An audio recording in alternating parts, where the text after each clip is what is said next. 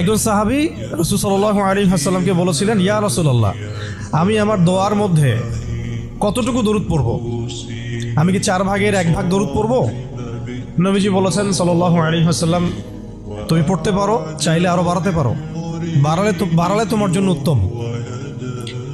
ইয়া রাসূলুল্লাহ, আমি কি তাহলে 3 ভাগের 1 ভাগ দরুদ পড়ব আর 2 ভাগ দোয়া করব? নবীজি বললেন, করতে পারো, বাড়ালে তোমার জন্য উত্তম। ইয়া রাসূলুল্লাহ, আমি কি তাহলে অর্ধেক দরুদ পড়ব আর অর্ধেক দোয়া করব? নবীজি বলছেন, বাড়ালে উত্তম, চাইলে করতে পারো। ইয়া রাসূলুল্লাহ, আমি কি তাহলে সারা আমার পুরো দোয়াটাই শুধু দরুদই পড়ব আপনার উপরে?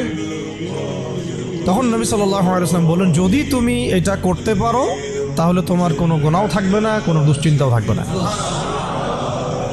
তো যদি দেখেন যে দরুদ পড়তে পড়তে পড়তে দোয়ার সময় চলে গেছে, এতে আবার